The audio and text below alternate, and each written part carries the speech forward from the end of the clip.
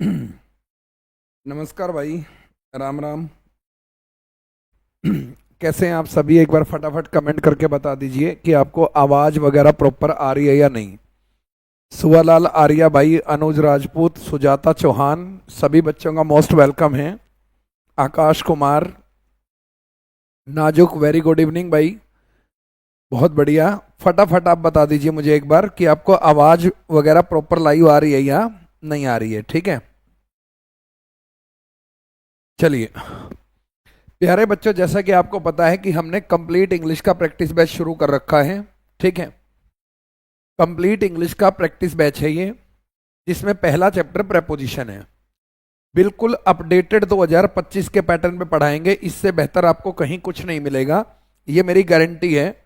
और इस बैच की थीम ये है कि एक कॉन्सेप्ट एक बार ही कराएंगे, रिपीट नहीं कराएंगे, और प्रत्येक कॉन्सेप्ट एक बार जरूर कराएंगे। अब ये क्लास मैं YouTube पे ले रहा हूं तो इसका मतलब ये नहीं है कि ये क्लास परमानेंट YouTube पे रहेगी। मैं पहले ही कह चुका हूं, इस क्लास को मैं हटाऊंगा YouTube से, क्योंकि भैया देखो, लाइव आके यदि आपको पढ़ना है तो पूरी प्रैक्टिस आपके लिए फ्री है। आपको बाद में देखनी है वीडियो तो मैं सिर्फ 24 से 36 घंटे तक ही वीडियो रखूंगा लाइव में, बाद में उसके लेट ये वीडियो मैं नहीं रखूंगा, ये मैं आपको पहले ही बता रहा हूं। ठीक है, तो अपना लाइव बने रहिएगा, नहीं तो यही वीडियो यहां से हटा के हम ऐप पे डाल लेंगे और वहां पर इस बैच का जो प्राइस है वो 999 रुपए हम रखेंगे। फिर जिसके बस की बात रेगुलर लाइव रहना नहीं है वो इसको ऐप पर देखेगा। ठीक है, ये मैं आपको पहले ही बता रहा हूं, इस बात से फिर नाराज मत होना। ठीक है, तो चलिए, कल 20 क्वेश्चन हमने किए थे, आज हम उससे आगे बढ़ते हैं। धीरे धीरे लाइव वाले लोग जुड़ जाएंगे। देखिए, हमने 20 क्वेश्चन कल कर लिए थे, उससे आगे मैं बढ़ता हूं अब। ठीक है जी, 20 क्वेश्चन तक हो गए थे हमारे, 21वां क्वेश्चन हमें करना है। देखिए क्या है, don't sit in the grass. ठीक है, क्वेश्चन है don't sit in the grass, its weight, ये गीला है। देखिए, घास पे बैठने की बात हो रही है तो आप घास में भी सोच लेते हैं, तो फिर सिट इन आपको ठीक लगता है। ध्यान से समझिए, सिट एक वर्ब होती है जिसका सेकंड फॉर्म होता है सेट और सेट। ठीक है, अब यदि आप बिसाइड और बाय द साइड ऑफ की बात करें तो ये दोनों वर्ड आपस में सिनोनिम्स हैं। ठीक है, और इंग्लिश में आपके पेपर में यदि आपके कोई भी दो ऑप्शन आपस में सिनोनिम्स बन रहे हैं, यदि कोई भी दो ऑप्शन आपस में सिनोनिम्स बन रहे हैं तो याद रखिए वो दोनों ही उत्तर नहीं हो सकते। भाई, बिसाइड का मतलब होता है किसी के साइड में, ठीक है, बगल में, और बिसाइड्स का मतलब होता है जमा का निशान, जो हमने कल भी पढ़ा था। बिसाइड्स होता है प्लस का निशान, उसका मीनिंग ये होता है एडिशन। तो बिसाइड और बाय द साइड सेम ही होते हैं, और घास के साइड में थोड़ी बैठेंगे आप लोग घास पर बैठते हैं, तो आप ध्यान रखिए ना यहां बिसाइड आएगा ना बाय द साइड ऑफ आएगा। यदि आप इन की बात करें तो इन आप कब यूज करते हैं? जब आप किसी बाउंड्री के अंदर होते हैं, किसी चीज की सीमा हो। अब घास के ऊपर बैठने को क्यों मना कर रहा है? क्योंकि वो गीला है, तो घास में नहीं, don't sit on the grass. तो ये कोई फिक्स वाला केस नहीं है, ये आपका जनरल केस ऑफ प्रेपोजिशन है जो आपको समझना है। अगले क्वेश्चन पे आते हैं। दे नोक्ड डाउन 10 हाउसेस। देखिए भैया, नॉक आउट होता है किसी को हराकर बाहर करना, नॉक डाउन होता है टक्कर मारना किसी व्हीकल के द्वारा। किसी व्हीकल के द्वारा टक्कर मारने को बोलते हैं नॉक डाउन, द्वारा टक्कर मारना। ठीक है, उसको बोलते हैं नॉक डाउन, जो कल की क्लास में भी हमने किया था। They knock down 10 houses when they build the new road. उन्होंने 10 घरों को टक्कर मारी है, व्हीकल से नहीं।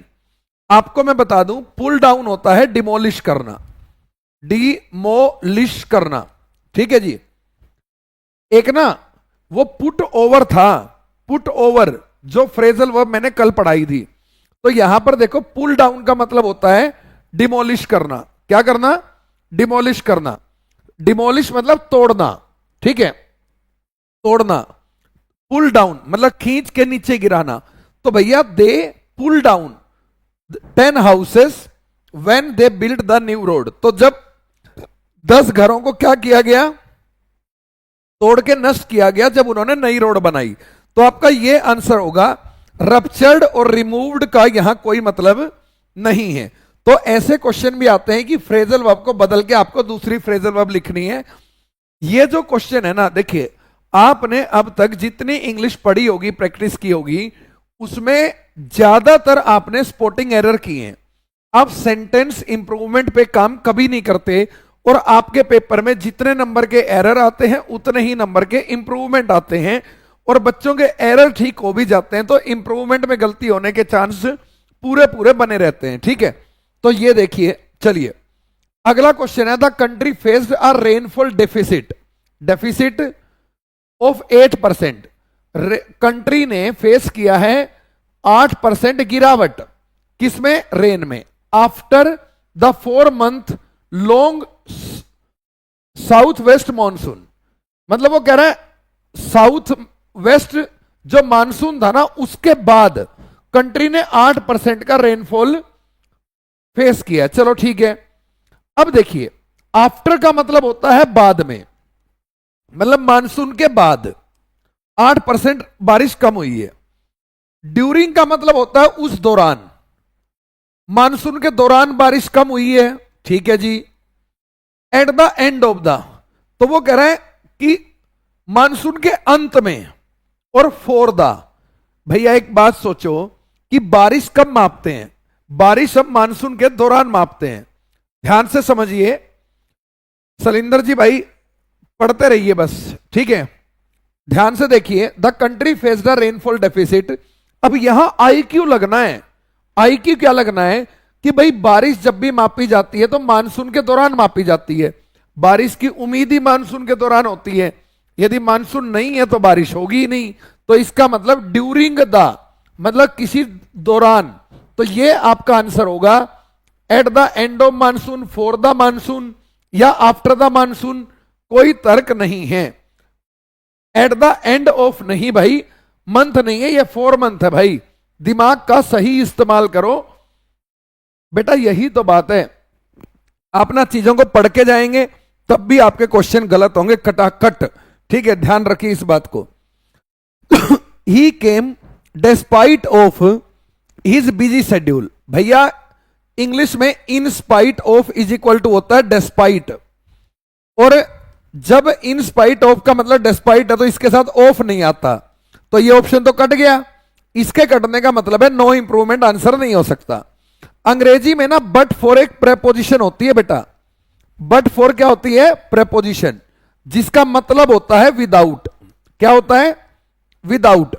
तो हमने कहा he came without his busy schedule, without की तो कोई सेंस बनी नहीं है, तो ये ऑप्शन भी आपका कट गया।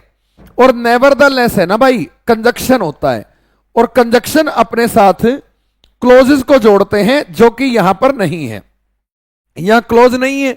तो सीधी सी बात है, क्या बचा, इन स्पाइट ऑफ, तो यहां पर आंसर आ जाएगा इन स्पाइट ऑफ। तो ऐसे ही और भी क्वेश्चन है, जैसे अंग्रेजी में ना बेटा वेट फॉर होता है, और इसके साथ आता है, ये मिलकर बनता है अवेट, तो अवेट के साथ फॉर आए तो काट देना आपने, जैसे डिस्पाइट के साथ ऑफ काटा, ठीक है। इसी तरह रन अवे, रन अवे, ध्यान से देखिए, बड़े इंपॉर्टेंट वर्ड है ये, आपके पेपर में आएंगे यूं के यूं छपे हुए। रन अवे, रन अवे बनता है फ्ली, और फ्ली का सेकंड फॉर्म होता है फ्लेड और फ्लेड। तो भाई फ्ली के साथ अवे नहीं आएगा। एक नॉर्मल रन होता है, रन का मतलब होता है भागना, जैसे आप नॉर्मल भाग रहे होते हैं, और रन अवे का मतलब होता है भाग जाना, जैसे किसी के साथ भाग जाना, उसे इलोप कहते हैं, ठीक है। तो ये भी होता है, जैसे लुक इनटू है, लुक इनटू का मतलब होता है बेटा इन्वेस्टिगेट। तो इन्वेस्ट लुक और लुक इनटू, यदि जांच करने का मीनिंग लिखना और लुक लिखना है तो इनटू लिखना पड़ेगा, लेकिन इन्वेस्टिगेट के साथ इनटू नहीं आता है। इसी तरह एक होता है आस्क फॉर, यह बनता है डिमांड, तो इसलिए डिमांड के साथ फॉर नहीं आता है, ठीक है। ये बेसिक बेसिक बातें हैं जो आपको ध्यान रखनी है सुपरफ्लूअस यूज ऑफ प्रेपोजिशंस की। फिर आ जाइए, the profit will be dealt with, देखिए अंग्रेजी में एक वर्ब होती है डील, डील इन व्यापार का नाम, कल पढ़ाया था, ठीक है। डील इन व्यापार का नाम, डील विद होता है किसी व्यक्ति के साथ डील करना या किसी परिस्थिति के साथ डील करना। और एक होती है डील आउट, जिसे बोलते हैं फ्रेजल वर्ब। डील आउट होता है बांटना, डिस्ट्रीब्यूट करना। तो प्रॉफिट है जो वो बांटा गया है इन्वेस्टर के बीच, तो बांटा गया है तो डील विद नहीं, डील्ड आउट आपका आंसर होगा, ये आपका आंसर होगा। ना ये हो सकता, ना ये हो सकता, ना ये हो सकता, तो ये आपको ध्यान रखना है, ठीक है। देन विद ऑल हिज लूट, देखिए देन मतलब तब, विद ऑल हिज लूट मतलब उसके सारे लूटे हुए सामान के साथ, ही सेल्ड। देखिए समुद्र के अंदर जब आपकी नाव तैरती है ना, ठीक है, नाव तैरती है तो इसे सेलिंग बोला जाता है, सेलिंग, ठीक है। जैसे एयरपोर्ट पर जब हवाई जहाज जमीन पे टच करता है इसे लैंडिंग बोलते हैं, ठीक है। और जब ये जमीन पर टच करने के बाद जब स्टॉपिंग पॉइंट पे जाता है तो इसे टैक्सीड वर्ड से बोला जाता है, टैक्सीड, बड़ा इंपॉर्टेंट है ये। शोर होता है भैया किनारा, ठीक है, ठीक है। एक ना बैंक भी होता है किनारा, एक बैंक तो अपन पैसे रखते हैं वो बैंक होता है, एक होता है बैंक किनारा, ठीक है, बैंक ऑफ द रिवर, याद रखिएगा, बैंक ऑफ द रिवर भी एक इंपॉर्टेंट वर्ड है। तो स्कॉटलैंड शोर मतलब स्कॉटलैंड का जो किनारा है। तो भैया जब कोई आदमी किसी दिशा में जाता है ना तो टुवर्ड्स प्रेपोजिशन होती है दिशा की, ये प्रेपोजिशन है प्लस दिशा की प्रेपोजिशन है, दिशा में मूवमेंट, किसी दिशा में मूवमेंट। और यहां पर भैया कोई सामान लेके किनारे के अंदर नहीं घुसता कोई, इनवर्ड्स तो अंदर की तरफ हो जाएगा, तो ये गलत है, तो क्या आ जाएगा टुवर्ड्स। ये बात आपको समझनी है। जब हम किसी दिशा में जाते हैं तो टुवर्ड्स वर्ड का प्रयोग हम वहां पर करते हैं, बड़ा सिंपल सा कॉन्सेप्ट है। ठीक है, समझ में आ रहा है भाई? तो सेशन को लाइक और शेयर कर दो। ओ हो, बड़ा खूबसूरत क्वेश्चन है। जो भी इसका आंसर देगा मैं उसे अपनी तरफ से टॉफी खिलाऊंगा। चलिए इसका आंसर दीजिए सब लोग, मैं देखता हूं किसमें कितना है दम। यहां निकल जाएगा सबका अच्छे वाला दम। भाई जो गलती हो रही है उसको ठीक करते चलो, बस मैं कमेंट सबके पढ़ रहा हूं, कमेंट सबका आना चाहिए जितने बच्चे हैं लाइव।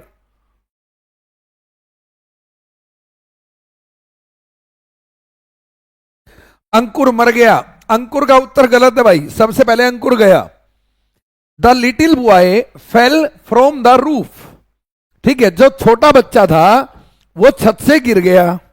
तुम्हें पता है अंग्रेजी में एक वर्ब होती है फॉल, फेल और फॉलन। ये ना इंट्रांजिटिव वर्ब है पक्के वाली, और एक होती है फेल, फेल्ड और फेल्ड, ये पक्के वाली ट्रांजिटिव है, यानी इसके बाद ऑब्जेक्ट आएगा। अब लिटिल बॉय ये वर्ब का सेकंड फॉर्म है, कैसे पता? क्योंकि यदि ये पहला होता तो इसमें एस लगता, क्योंकि ये बॉय है और बॉय सिंगुलर है तो एस लगेगा। सबका गलत है जो डाउन लिख रहे हैं, ठीक है। अब देखिए वैसे तो यार ऐसा होना चाहिए उत्तर तो कि भाई छत से गिर गया, और फ्रॉम तो सो की परफेक्ट मीनिंग देती है। लेकिन भैया ध्यान से सुनना, जब आप किसी चीज से ना ध्यान से सुनना, मान लो ये दो चीजें हैं, ये अटैच हैं, यदि आप सेपरेशन कर रहे हैं ना चीजों का, सेपरेशन, मान लो दो चीजें हैं इनको अलग अलग कर दिया आपने, सेपरेशन, ठीक है, सेपरेशन की जो प्रेपोजिशन है सेपरेशन, इसकी ओ डबल एफ है भैया, O double F. Switch off the light, switch off the light, off करने से क्या होता है? लाइट का कनेक्शन कट जाता है इलेक्ट्रिसिटी का इससे। तो भैया फेल ऑफ द रूफ होता है। लाला बड़ा खूबसूरत है ये, ठीक है। तो आप ऐसे मारे जाते हैं पेपर में, क्योंकि आप तो कॉमन सेंस पे चलते हैं, सब कुछ पढ़ के जाना पड़ेगा भैया, तब उत्तर आएंगे आपके। One day the hair, hair होता भैया क्या? खरगोश ही होता होगा, ठीक है। जिसको नहीं पता है तो लिख लेना, ठीक है, और मेरी गलती हो जाए तो मुझे बता देना, खरगोश। One day the hare began to make fun of the tortoise, कछुआ होता है, एक दिन जो खरगोश था उसने स्टार्ट कर दिया क्या करना, make fun of the tortoise as it moved slowly. भाई मजाक बनाना शुरू कर दिया टोर्टोइज का, ठीक है चलो, क्योंकि ये स्लो चलता है। तो देखो सबसे पहले देखो मेक फन ऑफ समवन, ठीक है भैया, मेक फन ऑफ समवन सही है। मोक होता है मजाक बनाना, मोक का मतलब भी होता है मजाक बनाना, वही मीनिंग हो गया, ठीक है जी। शाउट एट, अरे क्यों चिल्लाएगा भाई कछुआ, खरगोश कछुए पे चिल्लाएगा क्यों, नहीं, वो मजाक बना रहा उसका धीरे चलने के लिए, तो ये तो कट गया, ठीक है। अब बात है मेक फन ऑफ, हो सकता है टॉर्चर, यार टॉर्चर क्यों करेगा, बड़ी सिंपल सी बात है, टॉर्चर क्यों करेगा सवाल ये है, ठीक है, टॉर्चर क्यों करेगा, इस बात को अच्छे से समझना है आपने, ठीक है।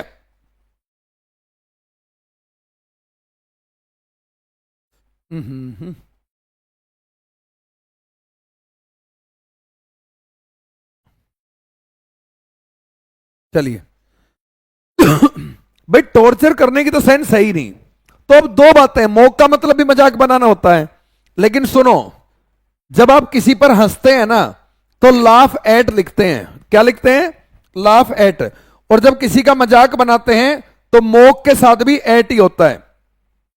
किसी पर हंसने की, किसी के मजाक बनाने की प्रेपोजिशन एट होती है, तो या तो आप सीधा लिखिए एट, अब यहां तो एट है नहीं कहीं पर भी, तो भैया इसका उत्तर होगा नो इंप्रूवमेंट, क्या उत्तर होगा, नो इंप्रूवमेंट। विशेष रूप से ध्यान रखिए इस बात का, मोक नहीं होगा भाई, ठीक है, मोक नहीं होगा, मेक फन ऑफ वही है मजाक बनाना, चिढ़ाना किसी को, तो यहां पर एट लिखना जरूरी होता है। लाफ के जितने भी वर्ड है ना, किसी का मजाक बनाना है, देखिए हंसी कई प्रकार की होती है, चकल भी हंसी होती है, स्मिर्क भी होती है, ठीक है, smirk, chuckle, make fun of, mock, laugh, तो जिस पर आप हंसते हैं ना, she laughed at me, she laughed at me, तो भैया लाफ के साथ एट लिखना मैंडेटरी है, मोक के साथ भी एट लिखना मैंडेटरी है, तो एट तो यहां है नहीं, तो यही आंसर हो जाएगा मेक फन ऑफ, ठीक है जी। एक एक छोटी छोटी बातें, ये पेपर के क्वेश्चन हैं, आप ना पता है क्या सोच रहे हैं, आपको ये लगता होगा कि सर आपने डेट तो नहीं लिख रखी, भाई मैं आपको ईमानदारी से बिल्कुल कसम खा के बता रहा हूं कि ये प्रेपोजिशन के प्रीवियस ईयर पेपर के क्वेश्चन है, सेंटेंस इंप्रूवमेंट के, ठीक है ना। एसके भाई व्हाट्सएप पे मैसेज कर देना, यहां मत कर भाई, ठीक है। और ये आतंकवादी, हेलो प्रिया जी, ठीक है, थोड़ी भावनाओं पर नियंत्रण कर भाई, किसकी क्लास में ये देख ले, ठीक है। दे कॉन्ग्रेचुलेटेड मी, आपको अच्छे से पता है, कमेंट, कॉन्सेंट्रेट, फोकस, इंसिस्ट, ठीक है, कॉम्प्लीमेंट इनके साथ आती है ओन, तो ये हम कल पढ़ा चुके हैं, तो इसलिए लंबी चर्चा बिल्कुल भी नहीं करेंगे। The chair will be disposed in an auction, auction होता है नीलामी, यदि किसी को नहीं पता है तो, ठीक है भाई, ऑक्शन, और ऑक्शन में करते हैं बिड, और बिड का मतलब होता है भैया बोली लगाना, है ना, ये दोनों वर्ड याद रखना, काम के हैं अपने, ठीक है। बिड का मतलब होता है बोली लगाना, जो चेयर है वो डिस्पोज कर दी गई, ठीक है, अंग्रेजी में याद रखना डिस्पोज के साथ, डिस्पोज का मतलब होता है नष्ट करना, नष्ट करना, या to get rid of, to get rid of, छुटकारा पाना, क्या करना, छुटकारा पाना, तो भैया छुटकारा पाने के साथ यहां ऑफ आती है, तो यहां भी ऑफ आएगी, और यहां पर कंफ्यूजन पता है क्या होता है, कि डबल एफ वाला आएगा या ऑफ आएगा, भाई छुटकारा पाना है, यहां पर फिजिकल सेपरेशन नहीं है, जब फिजिकल सेपरेशन हो ना, ये वाला, ये फिजिकल सेपरेशन है, वो छत से गिरा था तो वो पहले फिजिकली टच में था, अब चेयर से हमें छुटकारा मिला है तो वो फिजिकल, फिजिकल वाला नहीं है, ये वाला ऑफ नहीं आएगा। देखो ऐसे मरते हैं बच्चे, प्रतिभा बिश्नोई ने ओ डबल एफ लिखा, चंद्रपाल ने ओ डबल एफ लिखा, अरे भाई पेपर में उसकी पूरी प्लानिंग होती है कि आप यहां फंसेंगे, डिस्पोज के साथ एक ओ एफ वाला ऑफ आएगा लाला, ठीक है, छुटकारा पाना है किसी चीज से तो फिजिकल टच में नहीं है वो, वो कह रहा है ये जो चेयर्स हैं डिस्पोज ऑफ हो गई एक ऑक्शन में, ठीक है, तो बात खत्म हो गई। मतलब ठीक है, ले गए उसको, पीछा छूटा उनसे। यहां कोई फिजिकल सेपरेशन की देखो ये दो चीजें फिजिकली अटैच हैं, ये है ओ डबल एफ, समझ में आई बात, ठीक है। अरे इन नहीं आएगा, ऑफ कटेगा, इन कट के ऑफ आएगा, ठीक है। यार ध्यान से पढ़ो बेटा, पेपर में ऐसे गलतियां होती हैं, समझो तुम, ठीक है। अगले क्वेश्चन पे आते हैं। देखो मैंने पहले ही कहा था ये बड़े खतरनाक हैं। Instead of, instead of और in spite of, in spite of, ये बनता है डेस्पाइट, इसलिए डेस्पाइट के साथ ऑफ नहीं आता, बिल्कुल क्लियर बात है, ठीक है। ये है इंस्टेड ऑफ। अंतर समझिए, इन स्पाइट ऑफ का मतलब होता है के बावजूद, मतलब एक चीज हो चुकी है उसके बावजूद दूसरी हुई, और इंस्टेड ऑफ हुआ के बजाय, ठीक है। अंतर है इन दोनों वर्ड में, समझो। तुमने मुझे अपनी शादी में बुलाया, ध्यान से समझना, तुमने मुझे अपनी शादी में बुलाया, लेकिन मैंने अपनी बजाय मेरे भाई को भेज दिया, तो बेटा इंस्टीड ऑफ लिखना पड़ेगा। I sent my brother to your marriage function instead of coming my self, ठीक है। भाई मेरे खुद आने की बजाय मैंने अपने भाई को भेज दिया। और इंस्पाइट ऑफ क्या होता है कि आपके इतने दिल से इनविटेशन देने के बावजूद, ठीक है, after getting so humble invitation, ठीक है, इन स्पाइट ऑफ गेटिंग, ठीक है। तो इन स्पाइट ऑफ होता है के बावजूद, कि ये हो गया उसके बावजूद भी ये हो गया, या उसके बावजूद भी ये नहीं हुआ। तो this is very very important face of preposition. This is a very huge question. In spite of, instead of, वो कह रहा है इंस्टीड ऑफ मतलब के बजाय, ठीक है, के बजाय। वो कह रहा है ही डिड नॉट सक्सीड, वो सफल नहीं हुआ, के बजाय उसके हार्डवर्क के बजाय नहीं यार, हार्डवर्क के बावजूद, तो के बावजूद में क्या आएगा, इन रिस्पेक्ट ऑफ, अच्छा ये रहा इन स्पाइट ऑफ, तो ये उत्तर आएगा भैया, ये नहीं आएगा। In case of, in respect of, ये अलग है, ठीक है। तो यहां पर ये आएगा। और डिड के बाद आती है V1, और अंग्रेजी में सक्सीड, सक्सीड भाई V1 होती है, एक्सीड भी V1 होती है। हर ईडी वाला वर्ड वो नहीं होता मेरे लाल, हर ईडी वाला वर्ड V2 या V3 नहीं होता। सक्सीड का ईडी काट के देखो, सक्सी बच गया, और सक्सी नाम का कोई वर्ड नहीं होता है, ठीक है भाई। डिस्पोज ऑफ, खुशी तनेजा, डिस्पोज के साथ सिर्फ ऑफ आएगी भाई, डिस्पोज के साथ सिर्फ ऑफ। कई किताबों में डिस्पोज के साथ ओ डबल एफ लिखा होता है, जो कि गलत है। और बेटा यहां पर ध्यान से समझो, ये बहुत इंपॉर्टेंट क्वेश्चन है, इन spite of versus instead of, ठीक है। इन स्पाइट ऑफ का मतलब तो होता है के बावजूद, और इंस्टीड ऑफ का मतलब होता है के बजाय। ये बात आपको बहुत अच्छे से देखनी पड़ेगी, ठीक है भाई। इंस्पेक्टर साहब तू लेट आया है ना, तो लेट तो तेरे भाई बंधु और भी बहुत हैं जो आए ही नहीं है। पता है कब पता चलेगा तुम्हें, जब मैं इस क्लास को ना 10 से 11 पढ़ा के और 11:15 बजे ही प्राइवेट कर दूंगा ना, तब तुम लाइव आओगे और तुम करवा के मानोगे। ये भाई मैं पढ़ा दूंगा उन बच्चों के लिए जो लाइव आएंगे। ये बैच यदि किसी को पढ़ना है तो रात को 10 बजे लाइव आना होगा भाई। यदि लाइव आओगे तो ये बैच आपको मैं पढ़ाऊंगा, नहीं तो भैया 10 से 11 बजे तक करके लाइव, और 11:15 बजे ये वीडियो में प्राइवेट कर दूंगा। मैं बिल्कुल सीधी बात कह रहा हूं। और फिर इसी चीज को मैं एप्लीकेशन में डालूंगा, और वहां पर पेड बैच में आपको खरीदनी पड़ेगी। फिर ये मत बोलना कि बेच रहे हैं भाई। नियत से पढ़ोगे तो पढ़ाऊंगा। रात को 10 बजे अपने घर बाहर, मेरी शादी हो रखी है, मेरी छोटी सी बच्ची है 4 साल की, मेरे बिना सोती नहीं है। उसकी माँ उसकी बैंड बजाती है रोज। क्यों बजाती है? क्योंकि वो मेरे बिना सोती नहीं। और वो सुबह स्कूल जाना होता है उसको, वो स्कूल में क्या करती है, स्कूल में ऊँगती है, वो ऐसे ऐसे सोती है पूरा दिन स्कूल में। क्योंकि रात को मेरे जाने के बाद मैं 11 बजे, 11:30 बजे, 12 बजे जाऊंगा, उसके बाद सोएगी वो। ठीक है, तो मैं आपको यह बता रहा हूं कि भाई हमारी भी लाइफ होती है और मैं आपसे पैसे नहीं ले रहा। एक होता है कि सारे टीचरों की तरह मैं अपना कोर्स बेच रहा हूं।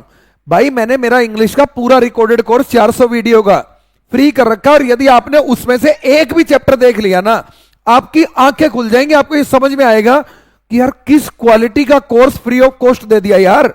और क्यों दे दिया यार, ये आदमी पागल है क्या कि इतनी सारी चीजें बेस्ट लेवल पे फ्री दे रहा है।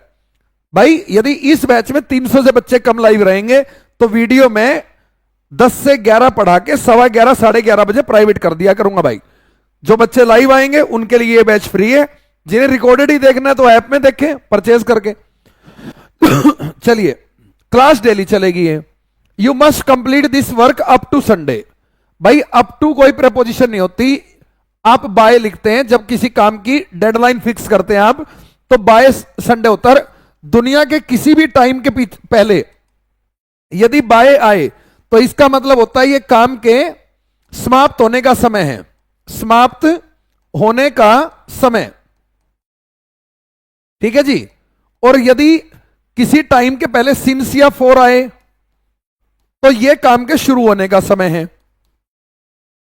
और काम के शुरू होने का समय हमेशा परफेक्ट कॉन्टिन्यूअस टेंस लेता है, और काम के समाप्त होने का समय हमेशा परफेक्ट टेंस लेता है। लेकिन यहां तो परफेक्ट नहीं है, परफेक्ट नहीं है तो ऑन संडे भी हो सकता है, लेकिन यहां ऑन संडे तो है ही नहीं, ऑन टू संडे है जो हो नहीं सकता, विद इन संडे हो नहीं सकता। तो एक ही ऑप्शन है हमारे पास, by Sunday. Up to Sunday नहीं लिखना है, ठीक है, मजबूरी है। देखो इसने यहां परफेक्ट नहीं दिया, नॉर्मली बाय के साथ परफेक्ट टेंस आता है, लेकिन यहां नहीं दिया, नहीं दिया तो ऑन लिखते हम। यदि ऑन संडे होता तो ऑन लिखते, you must complete this work on Sunday. On Sunday भी ठीक होता वहां पे। ठीक है, लेकिन हां जब आप किसी को, मतलब यहां पर मॉडल आया है, यहां टेंस कोई आया ही नहीं है, तो जब टेंस नहीं आया है तो आप नॉर्मल तरीके से सेंस पर आधारित भी लिख सकते हैं। मैंने हमेशा कहा, आप कहेंगे सर यदि ऑन भी तो लिख सकते हैं। भाई ऑन ऑप्शन में है क्या, ऑन टू है, और ऑन टू है ना मूवमेंट की प्रेपोजिशन होती है, ऑन टू और अपॉन। जब किसी सरफेस के ऊपर कहीं भी कोई चीज गिर सकती है तो अपॉन, और जब सरफेस प्लस उसका पार्ट है, प्लस पार्ट, ठीक है, जैसे head of the baby elephant तो ऑन टू होगा, बेबी एलिफेंट अपॉन होगा। इस बात को आपने ध्यान रखना है, ठीक है जी। तो यह बात आपको अच्छे से ध्यान रखनी है कि रास्ता क्लियर करके देगा, आपको रास्ता देखना आना चाहिए। यदि रास्ता नहीं देखना आता तो बड़ी दिक्कत हो जाएगी, ठीक है। पीडीएफ सारे टेलीग्राम ग्रुप में देता हूं भाई इस क्लास की, आपको टेलीग्राम ज्वाइन करना पड़ेगा, ठीक है। लिंक मैं व्हाट्सएप पे भी भिजवा देता हूं, लेकिन सारे जितने भी टेलीग्राम चैनल है इसका डिस्क्रिप्शन में लिंक है, उसको ज्वाइन कर लो, उसमें आपका वो करते हैं। द फायरमैन पर्सनल, देखिए पर्सनल होता है जो कर्मचारी होता है उसके लिए लिखा जाता है, ठीक है। द फायर सर्विस पर्सनल मतलब जो फायर सर्विस का, देखिए एक पर्सनल ये होता है जिसका मतलब होता है निजी, ठीक है, पर्सनल इंफॉर्मेशन। और एक ये डबल एनईएल होता है, आर्मी का जवान, फायर सर्विस का जवान, उसके लिए, ठीक है, जो जवान होता है उसके लिए ये वर्ड यूज होता है। Put off the fire with much difficulty, भाई पुट ऑन का मतलब होता है कपड़े पहनना, मैंने बताया था आपको, कपड़े पहनना। और पुट ऑफ का मतलब होता है कपड़े उतारना। एक तो होता है कपड़े उतारना और एक होता है पोस्टपोन करना, पोस्टपोन। और call of, call of, call of का मतलब होता है कैंसल करना।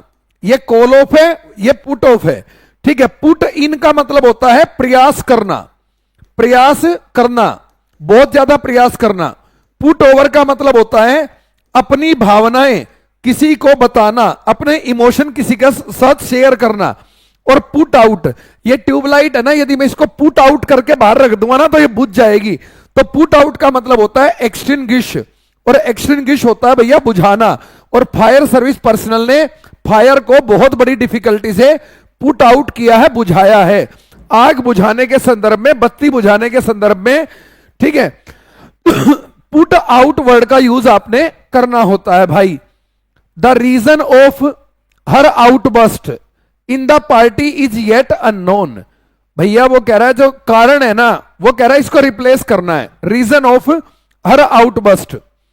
देखिए कारण पर इस आदमी का अधिकार नहीं है, ऑफ लिखते हैं अधिकार की प्रेपोजिशन। कारण हमेशा के लिए होता है, तो कारण के साथ हमेशा वर्ड फॉर आता है। The reason for her outburst in the party is yet unknown. तो रीजन फॉर समथिंग, रीजन के साथ फॉर ही आता है, सबसे इंपॉर्टेंट वर्ड यही है, ठीक है।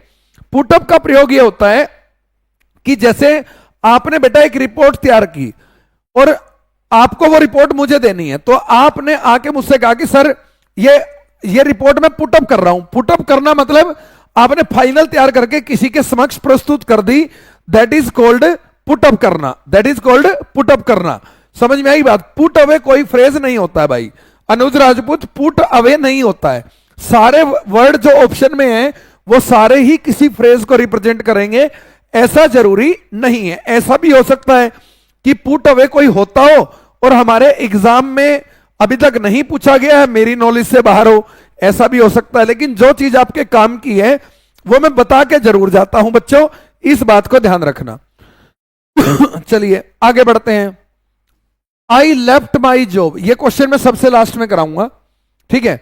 For the first time from 2009, भैया वो कह रहा है पहली बार, कब से? 2009 से। तो 2009 से यानी काम के शुरू होने का समय, काम के शुरू होने का कोई समय होना तो उसके साथ सिंस और फोर आती है। और सिंस कब आती है और फोर कब आती है? टाइम है ना, दो ही चीजें बताती हैं, एक तो कैलेंडर और एक क्लॉक। भाई यदि कैलेंडर और क्लॉक में लिखा हुआ टाइम हो, जैसे 2009 के कैलेंडर में 2009 लिखा होगा, 1992 के कैलेंडर में 1992 लिखा होगा, तो भैया आपको कैलेंडर और क्लॉक में जैसे मंडे ट्यूसडे लिखे होते हैं, जनवरी फरवरी लिखी होती हैं, होली दीपावली लिखा होता है, जैसे 8 AM 9:30 PM, AM के नाम का मॉर्निंग, PM के नाम का इवनिंग, जैसे नून के नाम का 12, तो इन सबके साथ आता है सिंस। और जब ऐसा टाइम हो 2 आवर्स 3 आवर्स 10 डेज 10 वीक्स, तो आता है 4। तो भैया काम के शुरू होने का समय है तो आपको सिंस लिखना पड़ेगा। तो 2009 के पहले सिंस। तो देखिए आफ्टर नहीं, अलोंग नहीं, नो इंप्रूवमेंट नहीं, for the first time since 2009 fans in Pakistan में have a reason to celebrate. इनके पास तो, पाकिस्तानियों के पास कहां कोई कारण होता है, ठीक है। अभी चैंपियन ट्रॉफी आ रहे हैं बुरी तरह। आपको पता है इस बार की चैंपियन ट्रॉफी का होस्ट कौन था? पाकिस्तान था। और पाकिस्तान होस्ट था और सबसे पहले चैंपियन ट्रॉफी से बाहर होने वाली टीम भी पाकिस्तान थी। और आज ही एक बुरी खबर आई, पाकिस्तान में जो बलूचिस्तान एक जगह है जहां के लोगों पर ये इनकी सरकारें अत्याचार करती हैं, तो बलूचिस्तान के लोगों के द्वारा बनाया गया कोई समूह है, वैसे तो उसे टेररिस्ट ऑर्गेनाइजेशन की तरीके से ही देखा जाता है वहां पे, तो उन्होंने एक ट्रेन हाईजैक कर ली, ठीक है। मतलब कई लोगों को बंधक बना लिया है। बड़ी, किसी भी देश के नागरिकों के साथ ऐसा अन्याय होना मानवता के विरुद्ध है, ठीक है। और भारत हमेशा, भारत गांधी का देश है, भारत कलाम साहब का देश है, भारत अटल बिहारी वाजपेयी का देश है, भारत नरेंद्र मोदी का देश है। तो भैया सीधी सी बात है, हम मानवता में, ह्यूमैनिटी में, नॉन वायलेंस में, अहिंसा में बिलीव करने वाले लोग हैं। इसलिए हम पाकिस्तान के उन लोगों के प्रति जो उस ट्रेन हादसे में अभी हाईजैक, पता नहीं वो सोल्व हुआ या नहीं, जब तक मैं पढ़ा रहा हूं, तो हम उनके साथ सांत्वना रखते हैं और उनके मतलब हेल्दी रहकर और इस समस्या से निकलने की भगवान से मंगल कामना करते हैं, है ना। तो कभी भी देखिए पाकिस्तान बहुत ही गरीब सा देश है, हम गलत कंपैरिजन करते हैं, भारत और पाकिस्तान का होना नहीं चाहिए। भारत बहुत आगे है पाकिस्तान से, पाकिस्तान की बात नहीं होनी चाहिए, लेकिन हाँ दया कर लेनी चाहिए तुम लोगों को पाकिस्तान पे, ठीक है। थोड़ा सा मतलब ऐसा ही है, उनकी सरकार, देखिए लोग कहीं के बुरे नहीं होते, सिटीजन्स कहीं के बुरे नहीं होते, लेकिन उनकी सरकार चलाने वाले नुमाइंदे वो भिखमंगे टाइप लोग हैं, ठीक है, भिखमंगे टाइप, ठीक है ना। चलिए आगे बढ़ते हैं। सरकारें ही होती हैं भाई जो कुछ होती हैं, ठीक है। चलिए आगे बढ़ते हैं। The police broke away the concert. ओहो हो, बहुत ही अच्छा क्वेश्चन है। अंग्रेजी में एक ब्रेक होता है, ठीक है, ब्रेक, ब्रोक, ब्रोकन होता है, बड़ा इंपॉर्टेंट है भैया, ध्यान देना। ठीक है, अब इससे बनती है फ्रेज, एक होती है ब्रेकअप। ब्रेकअप क्या होता है? To end a relationship. तुम्हारा ब्रेकअप हुआ होगा, ठीक है, टू एंड अ रिलेशनशिप। एक होता है ब्रेक इनटू, ब्रेक मतलब तोड़ना, इनटू मतलब अंदर, अंदर घुस गए तुम किसी के तोड़ के, तो जबरदस्ती प्रवेश करना, जबरदस्ती प्रवेश करना, इसके लिए ब्रेक इनटू का भी यूज होता है, प्रवेश करना। ठीक है जी। अच्छा, एक होता है ब्रेक, BRE के, ब्रेक डाउन, फ्रेजल वर्ब है ये, टू स्टॉप वर्किंग, जब कोई मशीन काम करना बंद कर दे तो उसे ब्रेक डाउन बोलते हैं। ठीक है, एक होता है ब्रेक आउट, ठीक है, टू स्टार्ट सडनली, एकदम से कोई चीज जब स्टार्ट हो जाए, ठीक है, उसे बोलते हैं ब्रेक आउट। ठीक है, अब देखिए यहां पर ब्रोक लिखा हुआ है, चलो ठीक है, सेकंड फॉर्म है, मीनिंग तो वही बनेंगे। अच्छा, एक होता है ब्रेक थ्रू, ब्रेक थ्रो, ये रहा ब्रेक थ्रो। ब्रेक थ्रो होता है टू बी सक्सेसफुल, सक्सेसफुल होना। ठीक है, तो वो कह रहा है पुलिस ने कंसर्ट को क्या कर दिया पता नहीं भाई, इट टर्न्ड वॉयलेंट, ये हिंसक हो रहा था, इसलिए पुलिस ने क्या कर दिया, इसलिए पुलिस ने क्या कर दिया, सफलता पाली, कोई मतलब नहीं हुआ। ब्रोक ऑफ कुछ होता ही नहीं है, ब्रोक अवे कोई ऐसा सुना हुआ नहीं है, ब्रोकअप होगा। आपने कहा सर ये क्या हुआ? अरे भाई रिश्ता खत्म हो गया, मतलब किसी चीज को समाप्त करना, ये होता है ब्रेकअप। रिलेशनशिप के लिए तो ठीक है, ये ज्यादा यूज होता है, लेकिन ब्रेकअप का मतलब होता है किसी चीज को समाप्त करना। तो कंसर्ट को हमने क्या कर दिया, कंसर्ट होता है जो म्यूजिक का शो होता है, तो ब्रोक अप हो जाएगा। देखो कितनी भयानक सेंस में आपके यूज हुआ है। सच में बेटा पढ़ने के बाद भी क्वेश्चन गलत हो सकते हैं, और ये सारे बैक टू बैक क्वेश्चन आए हुए पेपर में। सोच के देखो पेपर कितनी बुद्धि से बनाया जाता है, ये एक बार सोच के तुम बताओ। ठीक है, Reena can not put fourth with her नेस्टी fellow. ठीक है, चलिए, पुट इन होता है प्रयास करना, पुट आउट होता है बुझाना, पुट अप होता है मेंशन करना। Reena can not put fourth with her नेस्टी fellow, put out होता है बुझाना, पुट अप होता है मेंशन करना। ठीक है, पुट इन होता है प्रयास करना, पुट फोर्थ, ठीक है आंसर, नो इंप्रूवमेंट है। ठीक है, पुट फोर्थ होता है कंटिन्यू करना, कुछ ऐसा ही होता है यार। अब थोड़ा सा मेरे भी दिमाग से उतर रहा है कि, लेकिन पुट इन तो प्रयास करना होता है। ओ नहीं नहीं नहीं नहीं नहीं नहीं नहीं, नहीं एक मिनट रे, देखो थोड़ा सा गड़बड़ हो जाता है यार भाई, बहुत ही गड़बड़ हो जाता है मामला। देखो भैया अंग्रेजी में पुट अप होता है मेंशन करना, लेकिन भाई साहब अंग्रेजी में ना पुट अप विद, मैं भी कहूं यार कुछ तो गड़बड़ है। पुट अप विद का मतलब होता है टॉलरेट करना। ठीक है लाला, तो ये देखो ये विद दूसरे ने यहां दे रखा है, तो पुट फोर्थ नहीं, पुट अप विद, और इस पूरे का मतलब होता है टॉलरेट, और टॉलरेट होता है सहन करना, एंड्योर इसका सिनोनिम होता है। ठीक है, Reena can not tolerate her नेस्टी fellow, fellow होता है साथी, और नेस्टी होता है शरारती, तंग करने वाला। तो भाई पुट अप होता है मेंशन करना, और पुट अप विद ये होता है टॉलरेट करना। देखो थोड़ा सा ध्यान, क्योंकि मेरा ध्यान सिर्फ इतने पे था, यदि थोड़ा सा ध्यान चूक गया तो पेपर कैसे हमला कर सकता है, इस बात को आपको समझना पड़ेगा। ठीक है ना, ये बड़ा इंपॉर्टेंट है। और टॉलरेट का होता है एंड्योर करना, सहन करना, है ना भैया, बड़ा इंपॉर्टेंट सिनोनिम है ये भी।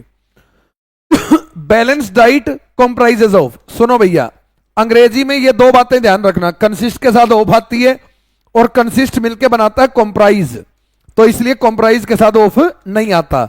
इसी तरह लाला अंग्रेजी में बी के बाद कॉम्प्राइज्ड आए ना, बी के फॉर्म के बाद, तो भैया ये यहां तो ये वर्ब है, और जब बी के फॉर्म के बाद, बी का फॉर्म कौन है, इज एम आर बी का पहला फॉर्म है, वॉज वर बी का दूसरा फॉर्म है, बी बीन और बींग बी का तीसरा फॉर्म है, बी बीन और बींग। ठीक है, तो भैया यहां पर ध्यान दे लीजिए, is am are was were be been being, be के फॉर्म के बाद कॉम्प्राइज्ड आया तो ये एडजेक्टिव होता है, और ऐसे में ये ऑफ लेता है। भाई बहुत सारे वर्ड हैं अंग्रेजी में ना, रीच, रीच यदि किसी स्थान पर करते हैं ना आप, तो एट नहीं आएगा। और रीच यदि आप किसी निष्कर्ष पर पहुंचते हैं ना, कंक्लूजन पर, ठीक है, कंक्लूजन पर, तो रीच के साथ एट ही आएगा। मतलब जगह पे पहुंच रहे हैं, जैसे आई रीच्ड एट इंदौर, नहीं, एट नहीं आएगा। I reached at the conclusion, तो वो आएगा। तो नॉर्मली यहां पर बी का फॉर्म नहीं है, बी का फॉर्म नहीं है तो ऑफ कटेगा। तो कॉम्प्राइज, ये तो कट गया, नो इंप्रूवमेंट, तो यहां भी ऑफ दिया हुआ है, यहां भी ऑफ दिया हुआ है, तो ये आंसर आ जाएगा आपका। लेकिन बी के बाद कॉम्प्राइज लिखा हो तो ऑफ आएगा। और बिल्कुल इसी तरह एक वर्ड है मैरी, ठीक है, मैरी, तो मैरी या मैरिड, भैया ये वर्ब है, और इसके बाद जब ऑब्जेक्ट आए तो कोई प्रेपोजिशन नहीं आएगा। लेकिन बी के फॉर्म के बाद यदि मैरिड आए या अनमैरिड आए, ठीक है, तो ये होते हैं एडजेक्टिव, और जब ये एडजेक्टिव होते हैं तो टू आएगा, ठीक है। मैरिड और अनमैरिड यदि बी के फॉर्म के बाद आए, जैसे मैंने कहा I am married to my wife, ठीक है, तो भाई अब ठीक है, आई एम मैरिड है। और यदि मैं लिखूं आई मैरिड माई वाइफ, ठीक है, विद नहीं आएगा, कुछ नहीं आएगा। जब मैरी वर्ब है तो बीच में कुछ नहीं आएगा, और जब मैरी बी के बाद है तो टू आएगा। यह बात आपने ध्यान रखनी है लाला। Everyone in the fraternity has his own set in prejudices. देखिए यार, एक तो ना सेट अप होता है, सेटअप, सेटअप होता है, सेटअप होता है स्थापित करना, स्थापित करना, और एक सेटअप होता है जो आपका पूरा सिस्टम बना रखा आपने, वो सेटअप होता है, ठीक है। एक होता है सेट बाय, तो छोड़ो, एक बड़ा इंपॉर्टेंट होता है स्टैंड बाय। स्टैंड होता है किसी का साथ देना, ठीक है, खराब परिस्थिति में किसी का साथ देना, ठीक है, ये स्टैंड बाय होता है, ठीक है। सेट ऑफ, अरे everyone in the fraternity has his own set of. Set of तो वो होता है जैसे हम जैसे बर्तनों का एक सेट ले लें या किसी और चीज का सेट ले लें, तो वो अलग चीज होता है। तो सेटअप होता है स्टैब्लिश करना, स्टैंड बाय होता है किसी का साथ देना, और सेट ऑफ प्रेजुडिसेस मतलब भाई जो फ्रेटर्निटी है ना, किसी भी समाज में, किसी भी भाईचारे में, सबके अपने अपने प्रेजुडिसेस होते हैं, अपने अपने मतलब पूर्वाग्रह होते हैं जो उसके दिमाग में चल रहे होते हैं। तो सेट ऑफ नॉर्मल केस है ये प्रेपोजिशन का, इसमें कुछ अब नॉर्मल नहीं है। According to an official spokesperson, polling was held amid tight security arrangements in 29 municipal councils and panchayat over the state। भाई चुनाव जब किसी राज्य के किसी क्षेत्र पे कोई, किसी बड़े क्षेत्र पर कोई काम हुआ है ना, तो एक्रोस होता है। जैसे चुनाव हो, जैसे वोटिंग होती है ना, पोलिंग होती है, तो वो किसी बड़े क्षेत्र पे हुई है तो एक्रोस द स्टेट होता है। तो ये आपका आंसर हो जाएगा भाई, जब किसी बड़े क्षेत्र पर कोई काम हुआ है तो एक्रोस प्रेपोजिशन का प्रयोग आप लाला करते हैं। इस बात को आपको ध्यान रखना है, ठीक है। चलिए आगे आते हैं। The burglar broke in mister Mehta house last night. Burglar होता है चोर डाकू, तो ब्रोक इनटू होना चाहिए। ये राजी ब्रोक इनटू, ओपन का कोई मतलब नहीं है, सफलता पाने का कोई मतलब नहीं है। ये वर्ड हमारा पहले ही हो चुका है भैया, ध्यान दीजिएगा इस बात पे। निशा took a longer time to read the proposal for she wanted to go about it carefully। वाह, निशा took a longer time to read the proposal। निशा ने लंबा टाइम लिया प्रपोजल को पढ़ने में। फोर के बाद यदि क्लोज दे रखा है ना बेटा, तो फोर है कंजक्शन, और इसका मतलब होता है क्योंकि, ठीक है जी, कोऑर्डिनेट कंजक्शन। वो कह रहा है भाई उसने लंबा टाइम लिया प्रपोजल को पढ़ने में क्योंकि she wanted to go about it carefully। बेटा अंग्रेजी में ना एक गो थ्रो होता है, और गो थ्रो पता है क्या होता है? गहन अध्ययन करना। और एक होता है सी थ्रो। क्या होता है? सी थ्रो। सी थ्रो होता है किसी की चालबाजी को समझना, चालबाजी समझना, किसी की ट्रिक्स को समझना, इसे बोलते हैं सी थ्रो। तो भैया उसने प्रपोजल को पढ़ा है अच्छे से, तो गो थ्रो इट केयरफुली, वो इसको अच्छे से पढ़ना चाहती है। और अरे दो हैं देखना, अरे बाप रे मरवाएगा भाई, ये भी गो थ्रो है और ये भी गो थ्रो है। यहाँ ईटे, यहाँ ईटे, यहाँ हेस्टली और यहाँ केयरफुली है। भैया यहाँ क्या है? केयरफुली। भाई प्रपोजल को लंबा टाइम लिया क्योंकि वो सावधानी से पढ़ना चाहती है। हेस्टली होता है जल्दबाजी में, और जल्दबाजी में गो थ्रो कैसे होगा? तो ये तो केयरफुली होगा। मतलब देख लो भैया, मतलब कांड करवाने के लिए ये तैयार बैठा है, बस आपने कांड करने के लिए स्पीड बढ़ानी है, ठीक है। It become clear that strangers were heading dash a serious desire. देखिए हेडिंग मतलब किसी दिशा में बढ़ना, और किसी दिशा में बढ़ने की प्रेपोजिशन टुवर्ड्स होती है, ऑप्शन में पक्का मिलेगी, ये रही भैया टुवर्ड्स, ठीक है। चलिए आज तो जल्दी खत्म हो गए क्वेश्चन यार, ठीक है, कोई बात नहीं, कल और एक्स्ट्रा लेके आएंगे भैया। अब ध्यान से सुनेंगे आप मेरी बात सब लोग। कल भी हमारी क्लास होगी भाई, इससे पहले जो आज स्पोकन की क्लास हुई है मैडम की, वो क्लास भी होगी कल, और ये क्लास भी होगी कल। उसके बाद होली की 2 दिन की छुट्टी है। मैंने आपको पहले ही कहा था किसी भी त्योहार की और संडे की छुट्टी हमेशा रहेगी इस क्लास की। अब होली बड़ा त्योहार है हमारा, इसके बाद आपकी जो क्लास है वो सीधी सैटरडे को होगी। सैटरडे को देखते हैं, और नहीं वो मैं कल बताऊंगा एक बार सोच के। मंडे को होगी, फिर मंडे से डेली होगी, है ना, मंडे को ही होगी, मंडे से डेली होगी, वो मैं देख के बता दूंगा। लेकिन कल आपकी क्लास रहेगी भाई, कल आपकी क्लास रहेगी, ठीक है। दूसरी चीज मेरे भाई, कल हम एक वीडियो और भी डालने वाले हैं। कल एप्लीकेशन पर बच्चों को बहुत सारी चीजें चाहिए होती हैं, तो हम उसके बारे में डिटेल बातें बता के आपको एक वीडियो डालेंगे सुबह 10, 11, 12 बजे। वो भी आप जरूर देख लेना, वो आपके काम की वीडियो है, ठीक है जी। तो भैया ये हमारा इंग्लिश का बैच है जो हमने एप्लीकेशन पे फ्री कर रखा है, ठीक है, जिसके अब लगभग फ्री से बंद करने का टाइम आ गया है, ठीक है। पूरी जिंदगी के लिए मैं फ्री नहीं कर सकता कोई चीज, अब ये फ्री से बंद करने का टाइम आ गया है। कोई बच्चा बचा हुआ है तो मैंने चैनल पे एक वीडियो डाल रखी है, वो वीडियो देख लेना पक्का, और उस वीडियो को देख के बता देना कि कोर्स आपका एक्टिवेट हो गया या नहीं, उसके अनुसार आपको काम करना है। ये आपका काम है भैया। ये टेलीग्राम चैनल है, डिस्क्रिप्शन में लिंक भी है, ये व्हाट्सएप नंबर है, किसी को कोई मैसेज करना है, और ये प्रैक्टिस बैच जिसकी क्लास आप अभी आनंद लेके पढ़ रहे हैं, ये वो प्रैक्टिस बैच है। होली की शुभकामनाएं आपको कल देंगे, ठीक है। एग्री वाला क्वेश्चन है वो कल पढ़ाया था, एग्री विद है उसमें, ठीक है। एग्री विद, एग्री टू वाला क्वेश्चन है, उसको कल पढ़ाया था, रिपीट करने की जरूरत हमें है नहीं, ठीक है। तो बच्चों ये क्लास आपको कैसी लगी, क्लास खत्म होने के बाद कमेंट जरूर करें, और हम ये फैसला मंडे को करेंगे, हम ये फैसला मंडे को करेंगे कि इस बैच की क्लासेस कितनी देर तक YouTube पर अवेलेबल रहेंगी। असीमा धनखड़, बेटा वो एग्री वाला क्वेश्चन है, इस क्लास की थीम क्या है, एक कॉन्सेप्ट एक बार, प्रत्येक कॉन्सेप्ट एक बार, एक ही बार पढ़ाऊंगा। कल मैंने एग्री वाला पूरा कॉन्सेप्ट करा रखा है, उसके अनुसार उसका आंसर आप कर सकते हैं। हम सोमवार को ये डिसाइड करेंगे कि ये जो हम प्रैक्टिस क्लास ले रहे हैं, क्लास तो ये डेली होगी, लेकिन YouTube पर ये कितने घंटे रहेगी खत्म होने के बाद, ये हम मंडे को डिसाइड करेंगे। तो इसलिए ध्यान रहे, इस बैच की क्लासेस या तो आपको लाइव देखनी पड़ेंगी, बाद में आप नहीं देख सकते, बाद में आपको एप्लीकेशन पर यही बैच परचेज करना पड़ेगा और तब आप देखेंगे। मैं आपको बाउंड कर रहा हूं, सही में कर रहा हूं, लेकिन इसके पीछे मेरा मकसद पैसा कमाना नहीं, आपको लाइव मेंटेन करना है कि आप डेली आके पढ़ें इस क्लास को। देखिए 2, 4, 5 घंटे के लिए उस क्लास को मैं इसलिए छोड़ना चाहता हूं कि यदि किसी दिन बाय चांस आपकी कोई मजबूरी हो, नहीं तो रात को 10 से 11 ना आपकी कोई मजबूरी हो नहीं सकती भाई, रात को 10 से 11 आपकी कोई मजबूरी नहीं हो सकती।